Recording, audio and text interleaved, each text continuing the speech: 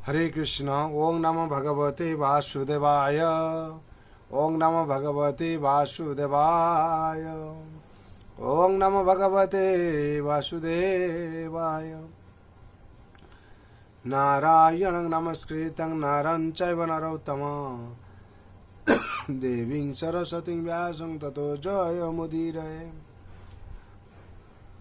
नष्टप्रायेषु अभद्रेषु नित्यं भगवत सेवया भगवते उत्तमश्लोके भक्ति भवति नैष्ठिके। वञ्चाकल्पतरुभ्यश्च कृपा सिन्धुभ्येव च पतितानां पावनेभ्यो वैष्णवेभ्यो नमो नमः। कृष्णाय वासुदेवाय देवकी नन्दनाय च नन्दगोपकुमाराय गोविन्दाय नमो नमः। हरे कृष्ण। श्रीमद् भागवत स्कंद 1 अध्याय 4 श्लोक संख्या 6। कथमालक्षित पौरें संप्राप्त कुरु जांगलम उन्नत मुख जड़वा द्विचरण जग साहुए। শব্দরে বলা আছে কথম কিভাবে অলক্ষিত চিনতে পেরে পৌরে পুরবাসীদের দ্বারা সপ্রাপ্ত পৌঁছানোর পর কুরু জঙ্গল প্রদেশে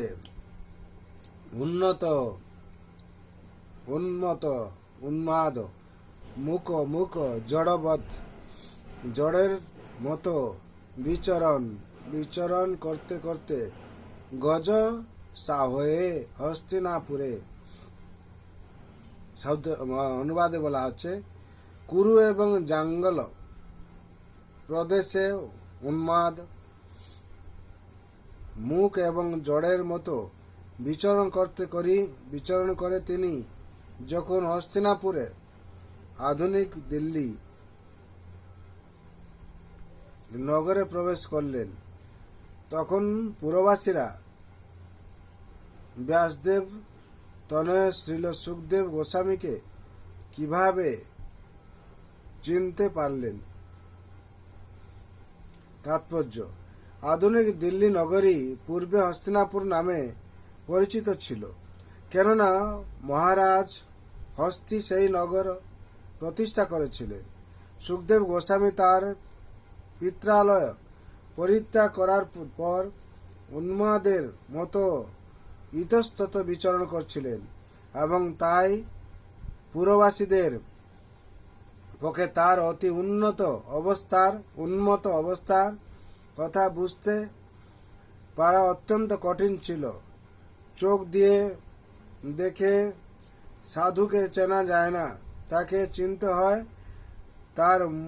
তার মুখ নিঃসৃত বাণী শ্রবণ করে। তাই চোখ দিয়ে দর্শন করার জন্যে কোনো সাধু বা মহাত্মার কাছে যাওয়া উচিত নয়।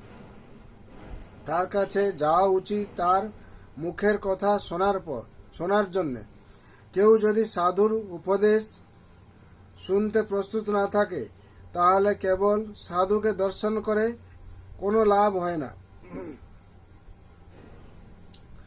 সুখদেব গোস্বামী ছিলেন পরমেশ্বর ভগবানের অপ্রাকৃত লীলা বিলাসের কাহিনী বর্ণনে সক্ষম সাধু।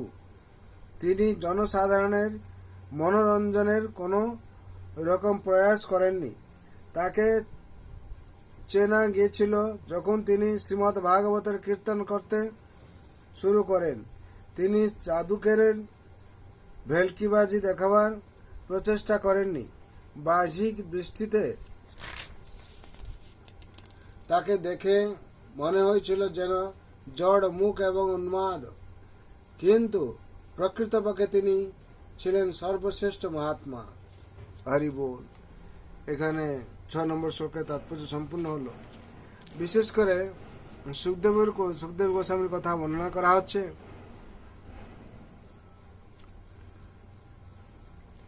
সুখদেব গোস্বামী কি করেছিলেন না, কুরু এবং জাঙ্গল প্রদেশে উন্মাদ মুখ এবং জড়ের মতো বিচরণ করে তিনি যখন হস্তিনাপুর মানে আধুনিক নিউ দিল্লি আধুনিক দিল্লি নগরে প্রবেশ করলেন, তখন পুরবাসীরা ব্যাসদেব তনয় শ্রীল সুখদেব গোস্বামীকে কিভাবে চিনতে পারলেন?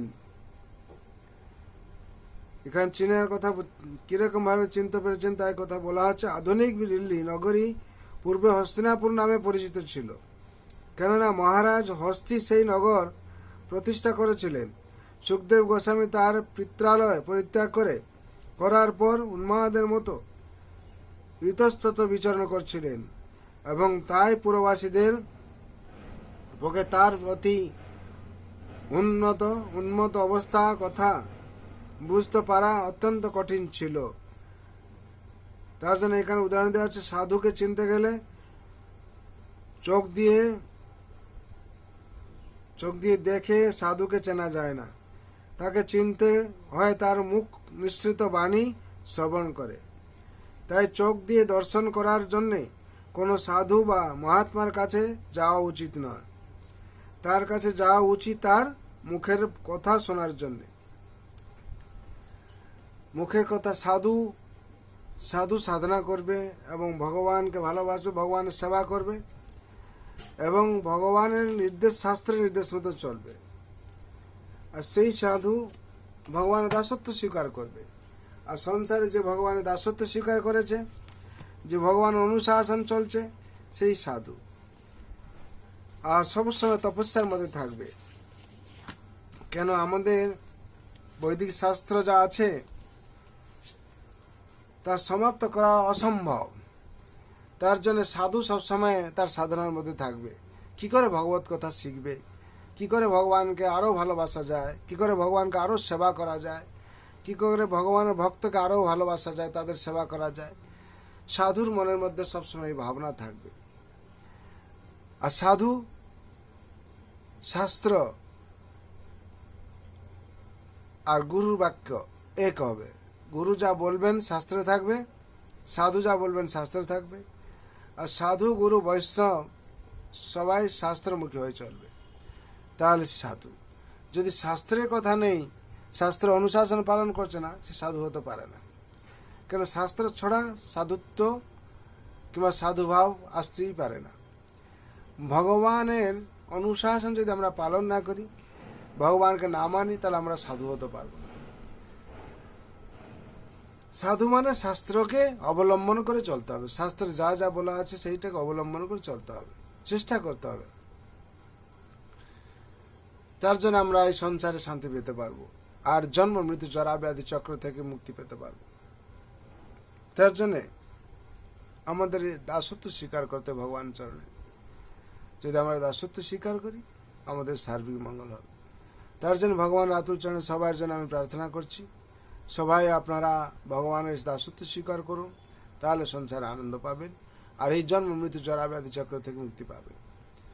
সর্বভন্তু সুখিনঃ সর্বশান্তু নিরাময় সর্বভদ্রাণি পশ্যন্তু মা কশ্চিৎ দুঃখ ভাগ ভবে। হরে কৃষ্ণ কৃষ্ণ কৃষ্ণ হরে হরে, হরে রাম রাম রাম हरे हरे। जय हरि नाम महाप्रभु की जय।